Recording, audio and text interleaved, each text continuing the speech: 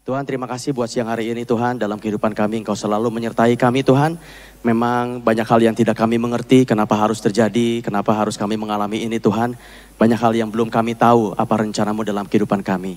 Tapi satu hal yang kami tahu, kami percaya akan hati-Mu Tuhan, bahwa Engkau adalah Tuhan yang baik, bahwa Engkau yang Tuhan selalu memperhatikan kami. Biar kami terus berpegang kepada Engkau, iman kami selalu tertuju kepadamu ya Tuhan. Dan pada siang hari ini sebentar kami akan merenungkan firman-Mu, Roh Kudus. Jamah setiap hati anak-anak-Mu di tempat ini ataupun dimanapun yang mendengarkan khotbah ini Tuhan. Jangan lewatkan satupun dari antara kami ya Roh Kudus. Ubahkanlah cara kami berpikir supaya kami bisa melihat kehidupan, memandang kehidupan sesuai dengan kacamata firman-Mu. Kami siap diubahkan oleh firman Tuhan pada siang hari ini. Roh Kudus, jamah setiap hati, jangan ada yang dilewatkan satupun. Semua yang percaya, semua yang siap belajar, semua yang siap diubahkan, sama-sama katakan, amin. Haleluya. Shalom Bapak Ibu. Bagaimana kabarnya pada hari ini? Semua baik-baik, sehat-sehat semuanya? Ya, puji syukur ya, terima kasih. Baik Bapak Ibu, kita masih ada dalam sebuah topik yang judulnya itu The Heart of God, yaitu Mission dan Salvation from God. Nah hari ini judul khotbah saya adalah, boleh dilampilkan slide-nya, Keselamatan Bangsa Israel. Keselamatan Bangsa Israel. Jadi hari ini kita akan sama-sama belajar sedikit tentang sejarah rohani dari bangsa Israel, Bapak Ibu ya. Supaya Bapak Ibu nanti bisa paham, kalau bisa ngerti bagaimana sejarah bangsa Israel. Khususnya untuk khotbah hari ini saya akan batasi sampai di kitab Malaiki. Ya, jadi sampai di transisi antara perjanjian lama dengan perjanjian baru. Ya, Bapak Ibu tahu ya, setelah kitab Malaiki itu ke perjanjian baru itu ada jeda kurang lebih 400 tahun. Nah kita akan belajar bagaimana sejarah bangsa Israel dari awal sampai kurang lebih kitab Malaiki itu. Saya yakin nanti Bapak Ibu kalau betul-betul perhatikan, selama kita belajar sejarah rohani bangsa Israel ini, Bapak Ibu akan merasakan the heart of God dan the salvation of God buat bangsa Israel. Oke? Nah Bapak Ibu, saya tidak mengkhotbahkan ini karena mentang-mentang lagi ada perang di sana gitu. Jadi ini mumpung lagi ada perang sana, enggak sebetulnya. Jadi bahan khotbah ini sebetulnya sudah selesai cukup waktu yang lama, jauh sebelum perang itu berjalan gitu ya Bapak Ibu. Jadi memang ini sudah saya siapkan cukup lama.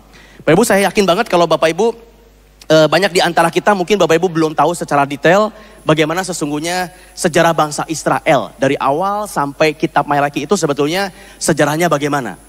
Kalau secara garis-garis besarnya saya yakin Bapak Ibu sudah tahu ya kan. Abraham, pertama kali janjinya dari Abraham, lalu bangsa Israel dijajah oleh Mesir, lalu Musa melepaskan bangsa Mesir, lalu setelah itu masuk ke Kanaan, ada hakim-hakim, ada raja-raja dan seterusnya. Saya yakin kalau poin-poin utamanya Bapak Ibu sudah paham. Tapi Bapak Ibu banyak hal-hal juga yang Bapak Ibu mungkin belum tahu. Contohnya misalnya, tahukah Bapak Ibu bahwa saat ini ada 10 suku dari bangsa Israel sebetulnya sudah tidak ada lagi. Sudah lenyap. Suku yang tersisa saat ini atau sebelum zaman perjanjian baru sebetulnya cuma 3 suku. Suku Yehuda, suku Benyamin, dan suku Lewi. Nah ini mungkin Bapak Ibu belum tahu nih. Nah itu salah satu yang kita pelajari. Tahukah juga Bapak Ibu sebetulnya dari 12 suku bangsa Israel yang mendapatkan tanah perjanjian di tanah Kanaan, ada 2 itu adalah anak Yusuf. Dan itu tidak terjadi kepada anak yang lain. Tapi 2 diberikan kepada anaknya Yusuf. Itu juga mungkin Bapak Ibu belum tahu. Jadi memang saya yakin banyak juga hal-hal yang secara detail yang Bapak Ibu juga belum paham bagaimana sejarah dari bangsa Israel. Nah saya harap Bapak Ibu saat ini bisa mendapatkan pemahaman ya sejarah rohani. Paling enggak pernah dengar lah. Karena Bapak Ibu kita sebagai orang Kristen, kita perlu tahu bagaimana sejarah bangsa Israel. Meskipun zaman sekarang ini kita juga dikatakan adalah Israel rohani ya. Jadi janji firman Tuhan bukan cuma bangsa Israel dalam konteks status sebuah bangsa, tapi kita juga semua adalah bangsa Israel secara rohani. Tapi bagaimanapun sejarah dan fakta membuktikan bahwa pernah ada sebuah bangsa yang dipilih oleh Tuhan menjadi bangsa kesayangannya sampai saat ini. Dan bangsa itu namanya adalah Israel. Jadi hari ini kita akan sedikit belajar sejarah rohani dari bangsa Israel. Bung Karno pernah bilang, jas merah, jangan sekali-sekali melupakan atau meninggalkan sejarah. Karena kita bisa mendapatkan banyak pelajaran dari sejarah kita. Siap? Oke, Bapak Ibu saya akan gambarkan secara visual. Jadi berupa titik-titik yang ada. Saya yakin dengan cara ini atau saya harap dengan cara ini Bapak Ibu bisa ngikutinya dengan cara yang lebih enak. Baik, mari kita mulai. Bapak Ibu, segala sesuatu janji firman Tuhan akan sebuah bangsa yang nanti akan mendapatkan sebuah tanah yang makmur, tanah yang subur. Itu semulanya awalnya adalah diberikan kepada yang namanya Abraham. Boleh lihat slide-nya? Jadi titik pertamanya yang saya akan ambil adalah titik terjadinya pertama kali bangsa Israel. Boleh tolong slide-nya? Dari yang namanya bangsa atau seseorang yang namanya Abraham. Dan ini janji firman Tuhan kepada Abraham 2000 tahun sebelum Masehi. Kurang lebih berarti 2000 tahun sebelum kelahiran Tuhan Yesus. Tuhan berfirman kepada seseorang namanya Abraham. Waktu itu kejadiannya adanya di Ur Kasdim. Mari kita lihat firman Tuhan. Ini diambil dari Kejadian 12 ayat 1 sampai ayat yang kedua. Demikian firman Tuhan. Berfirmanlah Tuhan kepada Abram. Jadi waktu itu belum Abraham tapi masih Abram. Pergilah dari negerimu dan dari sanak saudaramu dan dari rumah bapamu ini ke negeri yang akan kutunjukkan kepadamu. Ke negeri yang akan kutunjukkan kepadamu. Nanti kita semua tahu negerinya apa. Aku akan membuat engkau menjadi bangsa yang besar dan memberkati engkau serta membuat namamu masyhur dan engkau akan menjadi berkat. Inilah titik awal kenapa Tuhan berjanji akan adanya sebuah bangsa yang nanti kita akan ketahui namanya Israel, dan bahwa ada sebuah tanah yang sudah akan diberikan kepada bangsa pilihan Tuhan. Disinilah titik awalnya janji Tuhan kepada Abraham. Oke? Baik, langsung saja saya masuk ke titik yang kedua. Saya lewati karena habis Abraham sebetulnya kan ke Ishak ya. Saya langsung masuk ke yang namanya Yakub. Boleh lihat slide-nya? Titik kedua adalah titik Yakub. Nah, di sini sebetulnya Yakub mulai diubah namanya menjadi Israel. Jadi kata Israel baru pertama kali ada yaitu pada saat Tuhan memberikannya kepada Yakub. Kita lihat ayat firman Tuhan. Kejadian 35 ayat yang ke-10. Firman Tuhan kepadanya, kepada Yakub. Namamu Yakub. Dari sekarang namamu bukan lagi Yakub, melainkan Israel. Di sinilah nama Israel pertama kali muncul. Itulah yang akan menjadi namamu. Maka Allah menamai dia, yaitu Yakub, namanya adalah Israel. Oke, janji pertama kali kepada Abraham, tapi pertama kali disebut Israel, yaitu pada saat Yakub. Nah, Bapak Ibu, saya akan berhenti dulu di Yakub karena di sini ada hal yang menarik. Bapak Ibu, Yakub punya 12 orang anak dan akhirnya nanti akan menjadi 12 suku Israel. Saya yakin Bapak Ibu sudah paham seperti itu ya. Tapi mari kita lihat hal yang menarik dari anak-anaknya Yakub ini. Boleh kembali dilihat slide-nya. Ini adalah anak-anak Yakub dari 4 orang istrinya paling enggak. Ya, ada yang dari Lea, itu anaknya ada yang namanya Ruben, Simeon, Lewi, gitu ya, sampai akhirnya ada yang namanya Dina. Dari istri yang namanya Zilpa ada Gad dan Asher. Dari Rahel itu ada Yusuf dan Benyamin. Dari Bilha ada Dan yang namanya Naftali. Satu hal yang menarik adalah, Bapak Ibu, sesungguhnya anaknya Yakub itu bukan 12. Anak Yakub itu 13. Karena satunya namanya Dina, yaitu anaknya dari Lea. Hanya memang kalau zaman dulu, konteks zaman dulu Bapak Ibu, maaf ya, yang namanya wanita itu memang tidak dianggap. Jadi seolah-olah Dina itu tidak mendapat tanah Kanaan nantinya. Sehingga kita seringkali mendengar anak Yakub itu cuman 12. Jadi memang kalau tanpa Dina, anak perempuan satu-satunya, anak Yakub itu punya 12 orang anak laki-laki. Nah ini ya, ini adalah 12 anak dari yang namanya Yakub. Nah setelah itu ada yang namanya Yusuf. Setelah itu nanti Yusuf pergi ke Mesir atau dijual ke Mesir. Setelah itu bangsa Israel semuanya ke Mesir. Lalu setelah itu bangsa Israel dijajah oleh Mesir. Itu semua Bapak Ibu sudah tahu. Saya langsung loncat ke titik yang berikutnya. Adalah titik yang namanya, boleh kembali lihat slide-nya. Titik yang namanya Musa. Di sini Musa diperintahkan Tuhan untuk membawa keluar bangsa Israel dari penjajahan bangsa Mesir. Ya kan? Mereka disuruh pergi ke sebuah tanah perjanjian yang sebetulnya bisa ditempuh dalam waktu 40 hari, tapi Tuhan memutar-mutar mereka karena mereka bangsa yang tegar tengkuk dan baru sampai ke tanah Kanaannya kurang lebih 40 tahun. Tapi Musa tidak pernah menghantarkan bangsa Israel masuk ke tanah Kanaan. Jadi Musa hanya selama di padang gurun aja, 40 tahun itu kepemimpinannya Musa. Dan orang yang membawa masuk bangsa Israel kepada Mesir namanya adalah, boleh lihat slide berikutnya, Yosua. Ini titik yang berikutnya. Jadi Yosua lah sesungguhnya yang membawa masuk bangsa Israel masuk kepada tanah perjanjian. Singkat cerita, mereka akhirnya masuk ke tanah Kanaan, mereka mengalahkan banyak bangsa di tanah Kanaan. Singkat cerita, tanah Kanaan dikuasai oleh bangsa Israel. Dan singkat cerita pada saat itu mereka mulai membagi-bagikan. Tanah ini buat suku ini, tanah ini buat suku ini. Demikian ya, Bapak Ibu kan semuanya ada di Alkitab ini. Bapak Ibu nanti bisa baca. Tapi pada saat itulah bangsa Israel membagi-bagikan tanah Kanaan kepada 12 suku Israel. Nah, di sini ada hal yang menarik yang mungkin Bapak Ibu nggak pernah ngeh selama ini. Boleh lihat slide-nya? Tadi saya katakan ini adalah 12 anak laki-laki dari Yakub. Dari Ruben, sampai Benyamin. Ini adalah 12 anak laki-laki dari Yakub. Tapi sebetulnya Bapak Ibu, di sini ada sedikit perubahan. Ada sedikit perbedaan. Perubahannya apa? Perubahannya ini. Sebetulnya Bapak Ibu, yang mendapatkan tanah warisan di tanah Kanaan, itu sebetulnya Lewi tidak dapat dan Yusuf tidak dapat. Jadi yang dapat itu sebetulnya 10. Ya, sejauh ini, nanti tetap 12. Sebentar, saya akan masuk ke sana. Tapi ada perubahannya sebetulnya Lewi hilang dan Yusuf hilang. Bapak Ibu tidak pernah baca di Alkitab bahwa suku Yusuf itu nggak pernah baca. Pasti coba dibaca aja di Alkitabnya. Nggak pernah ada yang namanya suku Yusuf. Nah, apa yang terjadi? Apa yang terjadi dengan dua suku ini? Karena dua suku ini tidak mendapatkan tanah warisan di tanah Kanaan. Bapak Ibu tahu akan hal itu? Nah, mari kita lihat ya. Saya akan bahas dulu yang suku Lewi. Kenapa suku Lewi tidak mendapatkan tanah Kanaan? Tentu saja suku Lewi masih bagian dari bangsa Israel. Tentu saja. Tapi suku Lewi tidak mendapatkan tanah warisan di Kanaan. Kenapa? Mari kita lihat ayatnya. Yosua 13 ayat yang ke-33. Yosua 13 ayat yang ke-33. Demikian firman Tuhan.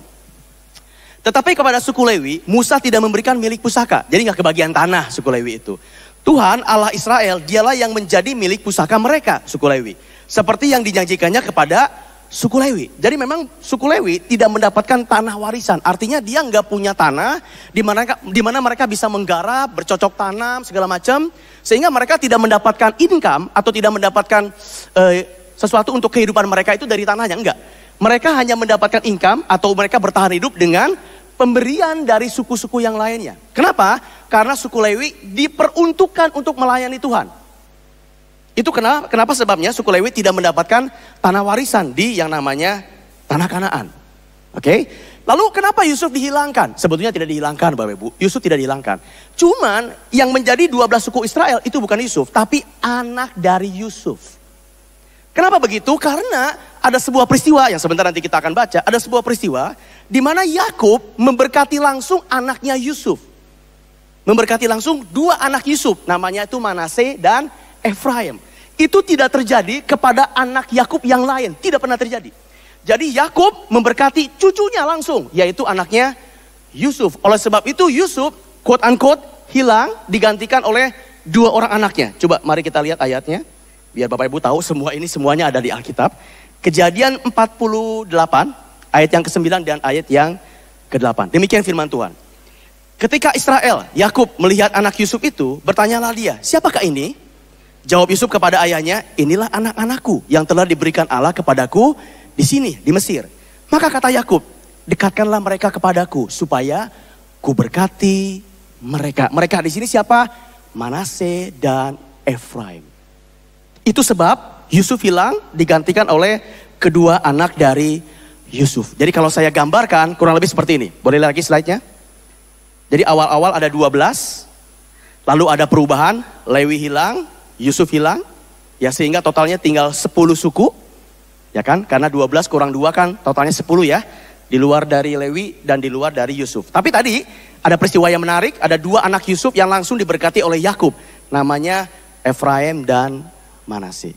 Jadi 12 suku yang mendapatkan tanah warisan di Israel atau tanah Kanaan, 12 suku ini. Lewi tidak dapat, tapi masuk yang namanya Efraim dan Manase. Dina, anak perempuannya tentu saja tidak mendapatkan tanah warisan. Jadi 12 suku bangsa Israel yang masuk ke tanah Kanaan, ada 2 yang anaknya dari Yusuf. Oke, mari kita lanjut. Tadi singkat cerita, boleh lihat slide-nya. Bangsa Israel sudah masuk ke tanah Kanaan, 12 suku. Setelah itu bangsa Israel masuk ke zamannya para hakim-hakim.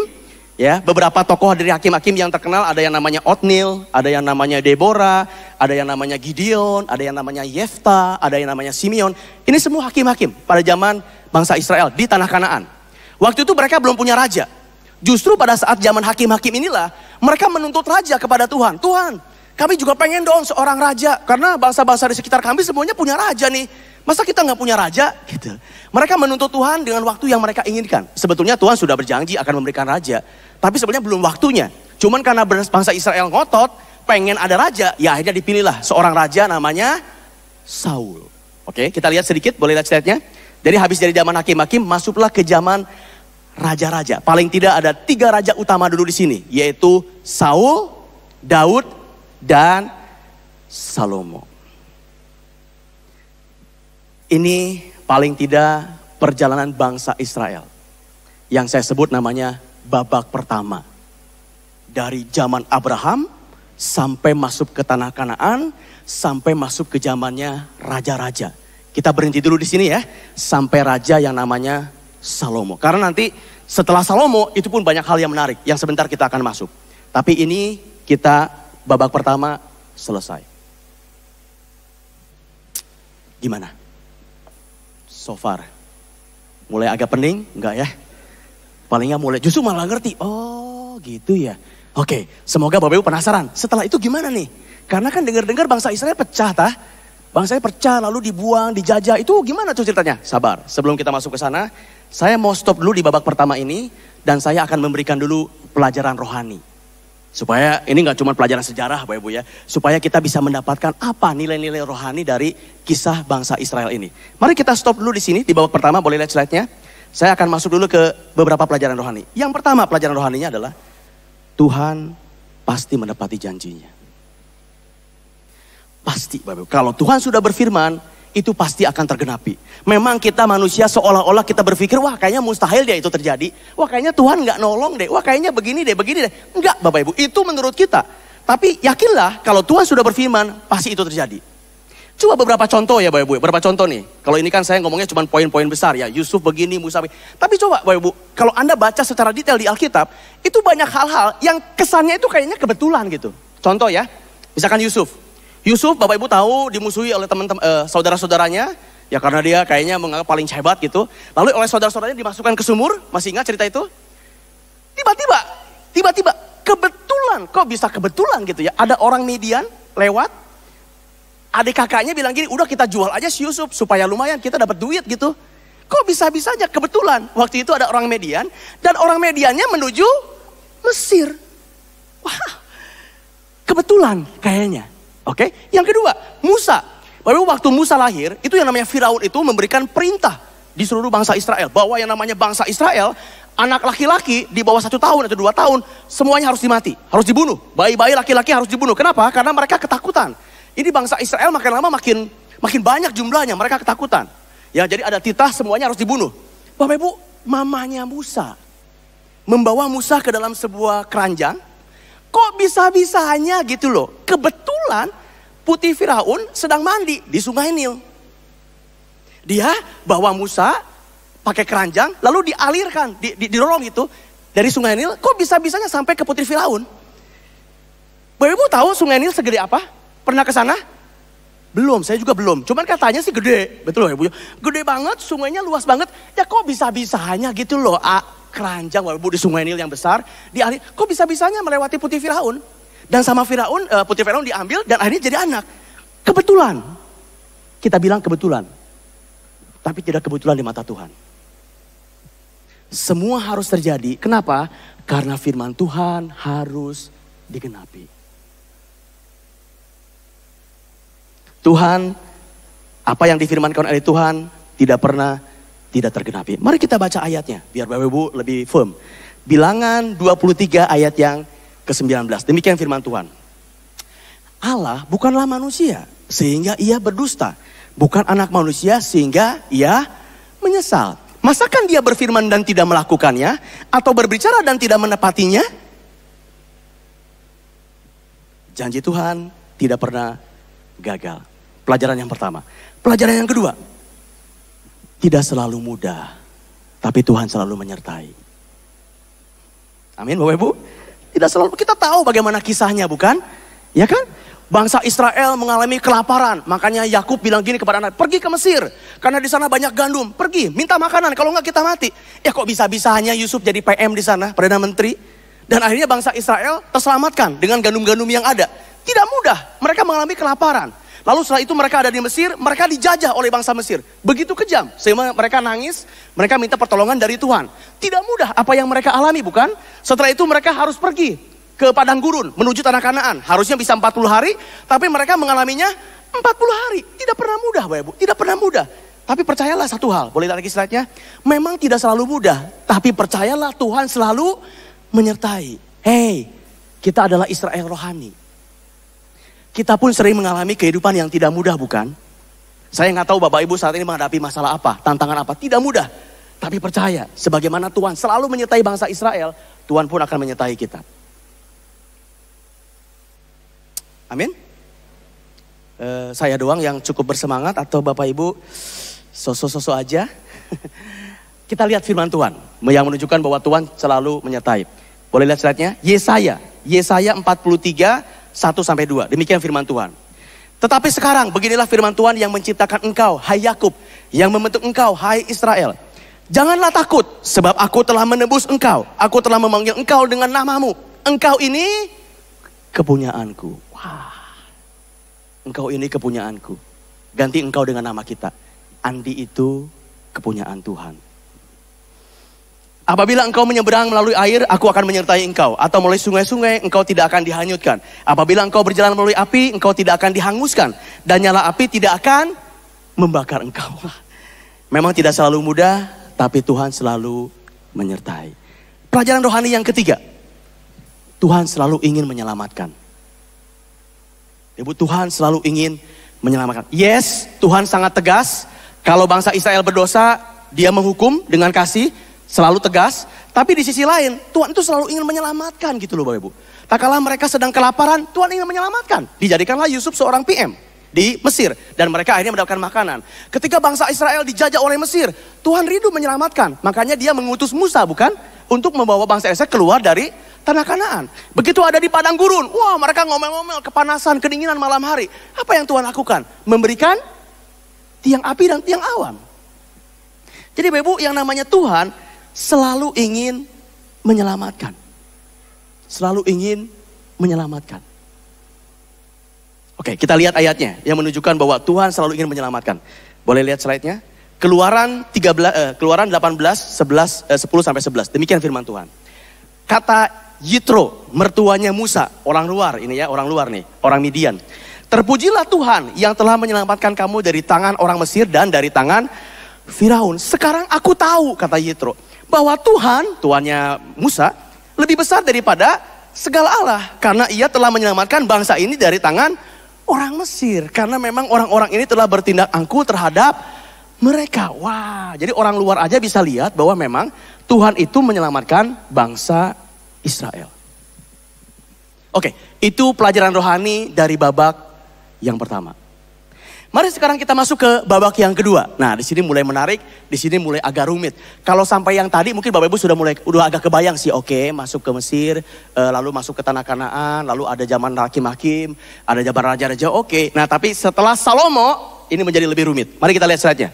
Saya akan masuk dari titiknya raja-raja, khususnya Raja Salomo. Kenapa? Karena sesungguhnya pada saat zaman Salomo inilah Salomo melakukan sebuah dosa dan akibatnya Tuhan bilang gini pada Salomo, bangsamu akan terpecah menjadi dua. Jadi di titik Salomo ini nanti bangsa Israel akan mulai terpecah menjadi dua. Mari kita lihat. Boleh lihat lagi slide-nya. Di sini bangsa Israel terpecah menjadi dua. Yang satu dipimpin oleh yang namanya Rehabeam. Rehabeam itu adalah anaknya Salomo. Yang satu bagian lagi atau suku lagi dipimpin oleh namanya Yerobeam. Yerobeam itu quote unquote adalah pemberontak kepada Salomo. Karena anak Salomo melakukan sesuatu ya, akhirnya mereka tidak puas dan segala macam. Boleh lihat slide-nya? Nah, mulai dari titik inilah bangsa Israel terbagi menjadi dua kerajaan. Kita lihat dulu kerajaannya Rehabeam, kerajaannya anak aslinya Salomo. Inilah kerajaannya. Kerajaannya ada di selatan. Nama kerajaannya adalah Yehuda, dan ada dua suku yang bergabung dengan kerajaan selatan ini, yaitu suku Yehuda dan suku Benyamin. Ibu kotanya adalah Yerusalem. Dan ini terjadi kurang lebih 930 tahun sebelum Tuhan Yesus lahir. Karena ini 9.300 tahun sebelum Masehi. Ini kerajaan yang pertama, kerajaan Yehuda. Turunan langsungnya Salomo. Tapi ada kerajaan yang kedua yang dipimpin oleh Yerobeam, quote unquote sang pemberontak. Ini namanya adalah kerajaan utara, karena kerajaannya ada di utara. Nama kerajaannya adalah Israel. Di sini bergabung 10 suku di luar dari Yehuda dan Benyamin. Ibu kotanya adalah Samaria. Ya Bapak Ibu, ini adalah ibu kotanya Samaria. Jadi mulai disinilah bangsa Israel itu terbagi menjadi dua. Kerajaan Yehuda dan kerajaan Israel. Yerusalem dan Samaria. Jadi kalau kita balik ke dalam penggambaran 12 suku yang tadi ya, 12 suku, jadi ada 2 suku masuk ke kerajaan Yehuda, dipimpin oleh Rehabiam, dan 10 suku masuk dalam kerajaannya Israel, yaitu kerajaan yang dipimpin oleh Yerobeam. Suku Lewi, Bapak Ibu, suku Lewi awalnya tersebar di antara 2 kerajaan itu awalnya.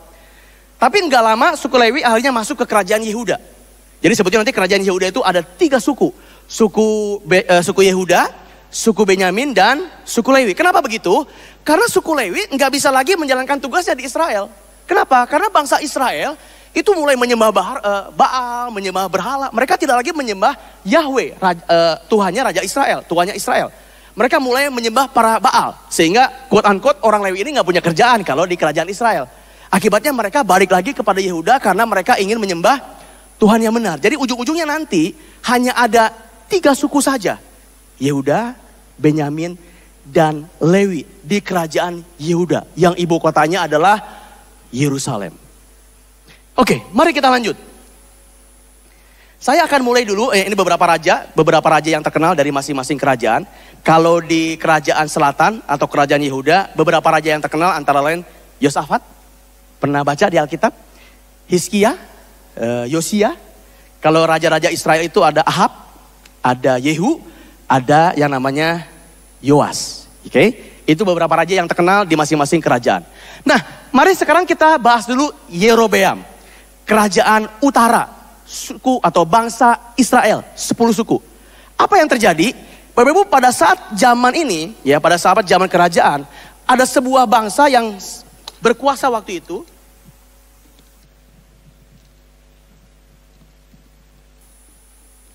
Ada sebuah bangsa yang besar, namanya itu adalah bangsa Asyur.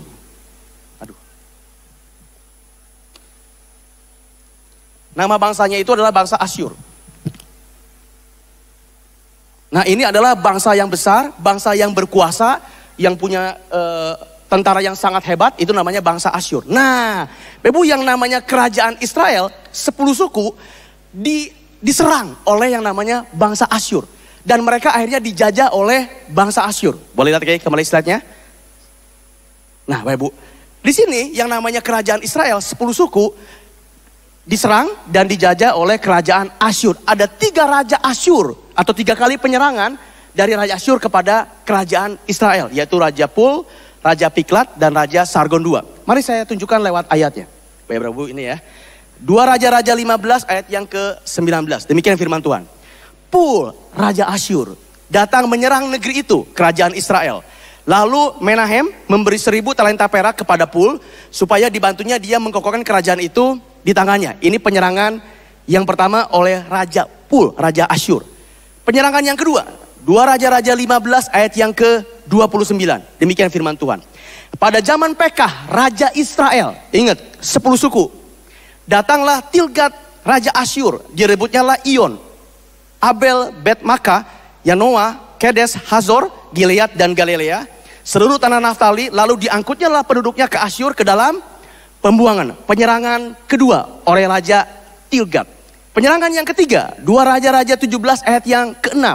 Pada tahun yang ke-9 Raja Hosea, maka datanglah Raja Asyur merebut Samaria. Dia mengangkut orang-orang Israel ke Asyur ke dalam pembuangan dan menyuruh mereka tinggal di Halah, di tepi sungai Habor, di sungai negeri Hozan, dan di kota-kota Mandai. Nah, Bapak Ibu, inilah kejadiannya pada saat bangsa Israel itu dijajah oleh Asyur dan ditawan oleh Raja Asyur. Nah, Bapak Ibu, pada saat Raja Asyur, jadi Bapak Ibu, si kerajaan Asyur ini dia punya taktik. Taktik supaya bangsa Israel itu lemah, dan taktik supaya mereka itu tidak lagi memberontak kepada mereka. Caranya bagaimana? Mereka membawa hampir semua rakyat Israel ke pembuangan supaya mereka tercerai-berai. Jadi Bapak Ibu, 10 suku itu dibawa hampir semua ke pembuangan yang tadi dikatakan daerah-daerahnya. Hanya disisakan beberapa orang saja. Ya, hanya disisakan sedikit saja, itu pun dari kalangan yang menengah ke bawah. Disisakan sedikit di sana. Nah, apa gunanya dia membawa ke pembuangan itu? Ya, supaya mereka nggak saling kenal, supaya mereka terpecah kemana-mana, supaya mereka nggak bisa lagi bersatu membentuk sebuah kekuatan baru. Bahkan di Samaria, di tanah istrinya Israel, di mana ada sisa yang ditinggalkan ya, itu pun dikirimkan bangsa-bangsa yang lain. Masuk ke sana. Kenapa? Supaya mereka kawin campur dan akhirnya adat istiadat, semua tradisi Israel menjadi hilang. Itulah kerajaan Israel, Bapak Ibu. Gara-garanya pada saat penjajahan yang namanya Asyur. Nah, boleh lihat slide-nya? Bapak Ibu, karena dibawa ke pembuangan, dipecah belah, disuruh kawin campur, akibatnya apa? 10 suku ini lenyap. Sampai sekarang, ya tentu saja sekarang ada di mana-mana ya. Tapi masih dicari. Kenapa? Karena mereka sudah kawin campur, Bapak Ibu. Enggak lagi bisa dideteksi sebetulnya yang mana 10 suku ini. Enggak terdeteksi sampai sekarang, enggak ada. Jangankan sampai sekarang, Bapak Ibu. Kalau Bapak Ibu baca perjanjian baru ya, zaman Tuhan Yesus. Bapak Ibu pernah mendengar bahwa di zaman Tuhan Yesus ada yang namanya suku Manase, suku Efraim, suku Ruben, ada? Udah nggak ada Bapak Ibu. Kecuali kalau mereka bercerita masa lalu ya. Tapi pada saat zaman Yesus hanya ada 3 suku yang disebut.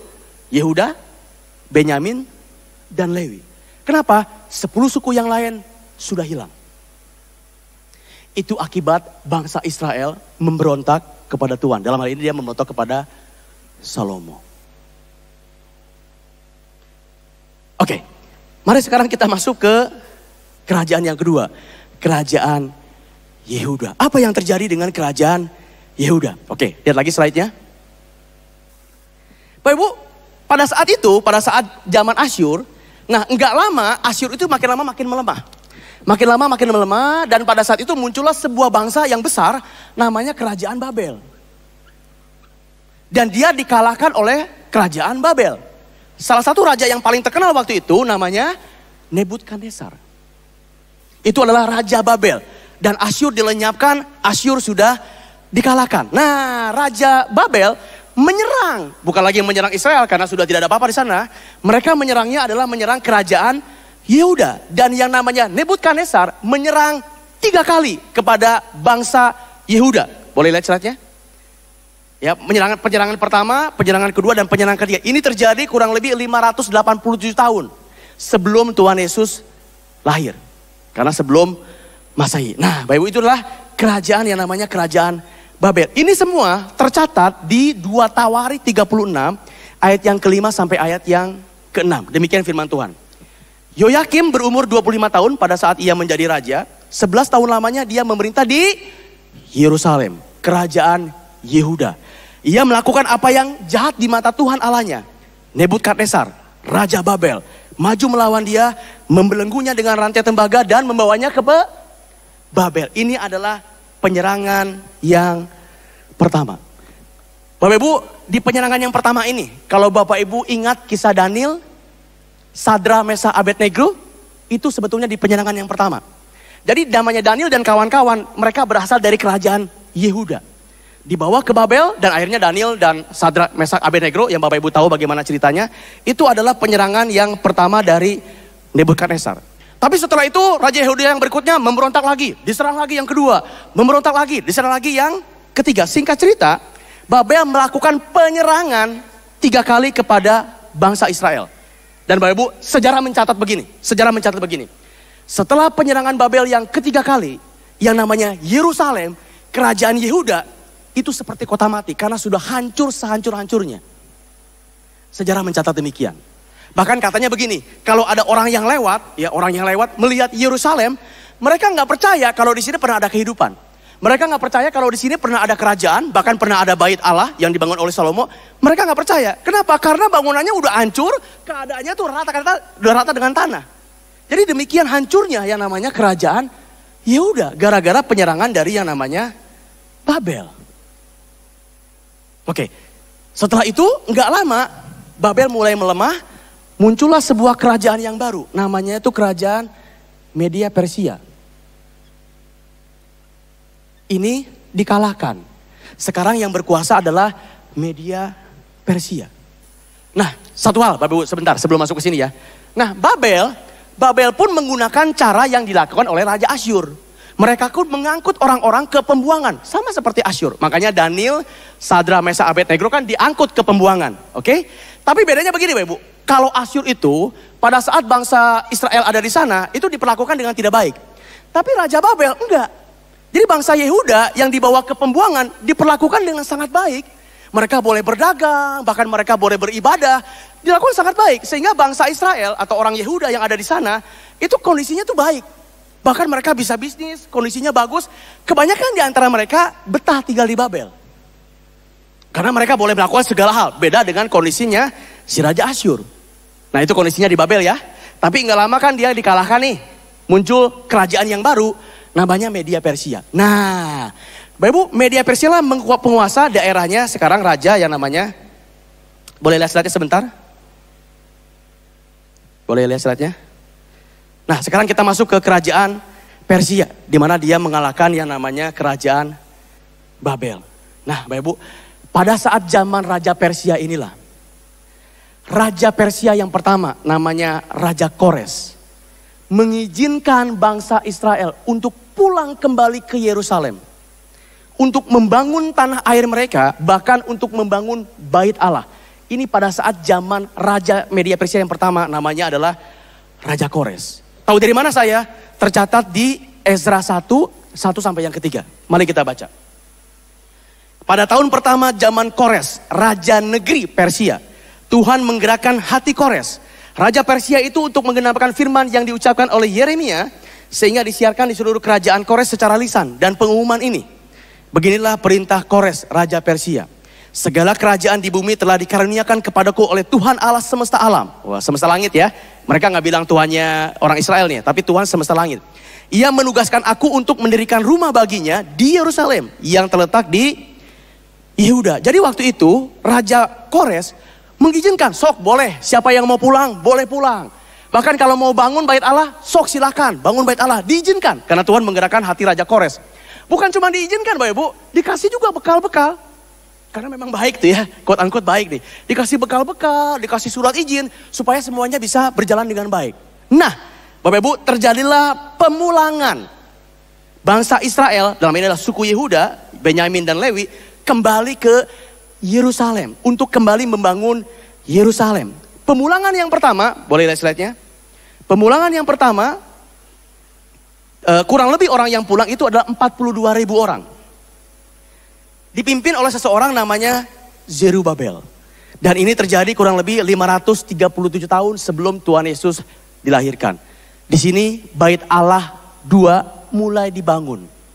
Bait Allah pertama yang didirikan Salomo sudah dihancurkan oleh kerajaan Babel. Di sini Zerubabel membangun kembali kerajaan Allah yang bait Allah yang kedua.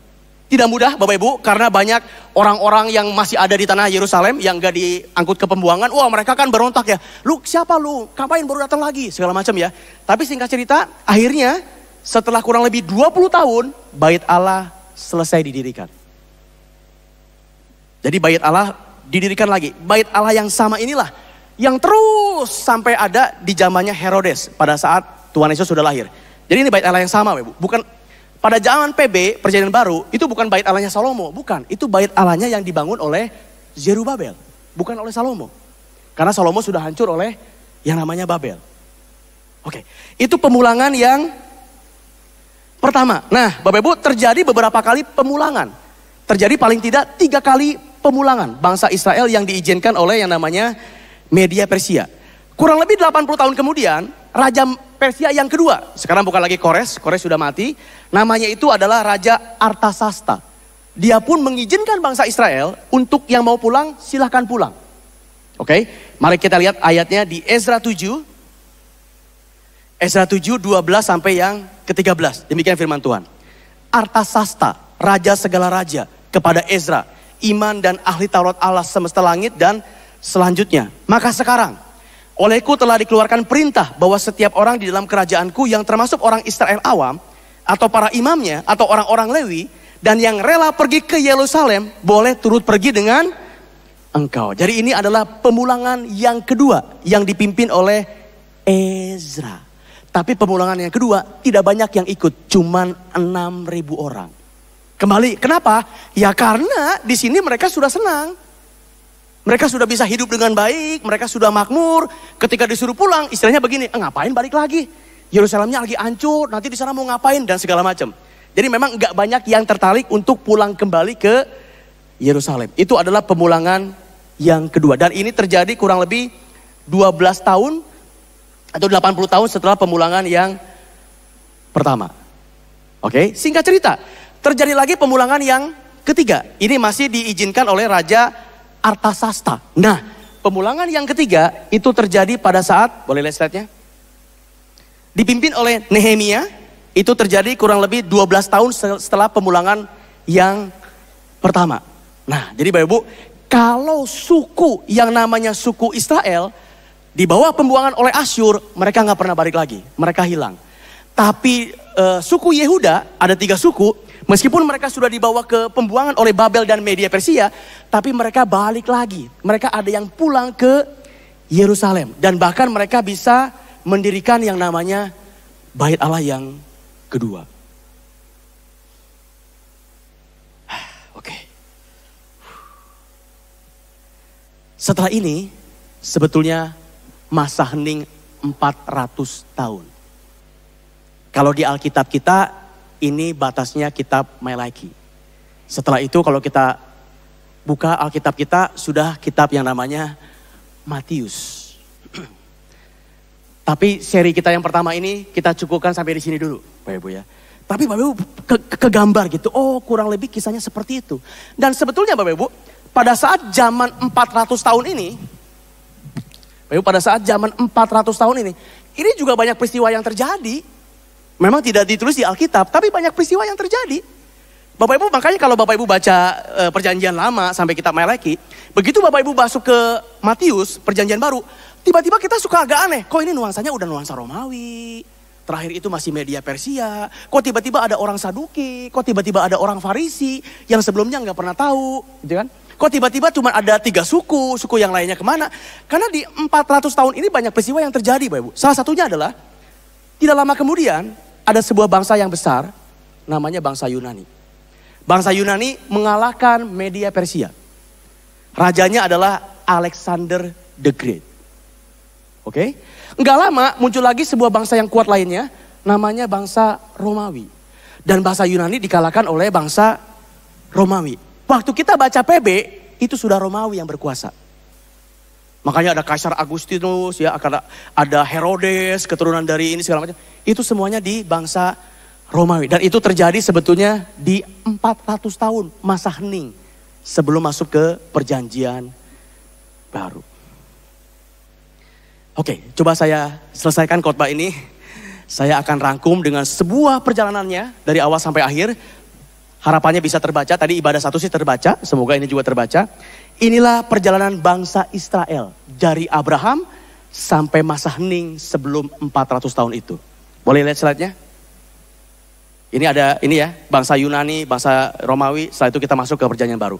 Bapak Ibu, inilah rangkuman perjalanan bangsa Israel dari Abraham sampai pemulangan rakyat Israel oleh Media Persia untuk kembali ke Yerusalem. Saya highlight sekilas buat Bapak Ibu. Dimulai dengan Abraham 2000 tahun sebelum Yesus lahir, lalu masuk ke Yakub. Yakublah disebut pertama kali Israel. Mereka masuk ke Mesir, dijajah oleh Mesir. Musa datang untuk menyelamatkan bangsa Mesir untuk pergi ke tanah Kanaan, tapi Musa tidak membawanya masuk sampai ke tanah Kanaan. Yosua yang membawanya masuk ke tanah Kanaan. Mereka masuk ke tanah Kanaan, mengalahkan berbagai raja, membagi-bagikan tanah kepada 12 suku tanah Kanaan. Setelah itu ada zaman hakim-hakim, ada zaman raja-raja, Saul, Daud, Salomo. Tapi pada saat masa Salomo terbagi menjadi 2, ada kerajaan utara yang dipimpin oleh Yerobeam, itu ada 10 suku. Lalu ada kerajaan yang kedua namanya kerajaan Yehuda, ada 3 suku dipimpin oleh Rehabeam, anaknya dari Salomo. Setelah itu yang 10 suku akhirnya nanti dikalahkan oleh Asyur, dan 10 suku itu akhirnya hilang. Sementara yang bagian Yerobeam nanti akan diserang oleh Babel. Ya, 3 kali, di situ bait Allah dihancurkan. Setelah itu dikalahkan lagi oleh Media Persia. Tapi di zamannya Media Persia, mereka mengizinkan bangsa Israel pulang kembali ke Yerusalem. Makanya sekarang sebetulnya yang ada di Yerusalem itu kebanyakan suku Yehuda, Benyamin, dan suku Lewi. Selesai sampai di pemulangan yang ketiga, terjadilah sejarah yang lain, yaitu bangsa Yunani mengalahkan Media Persia, dan akhirnya Romawi mengalahkan bangsa Yunani. Itulah kurang lebih sejarah rohani bangsa Israel perjanjian lama dalam waktu 30 menit.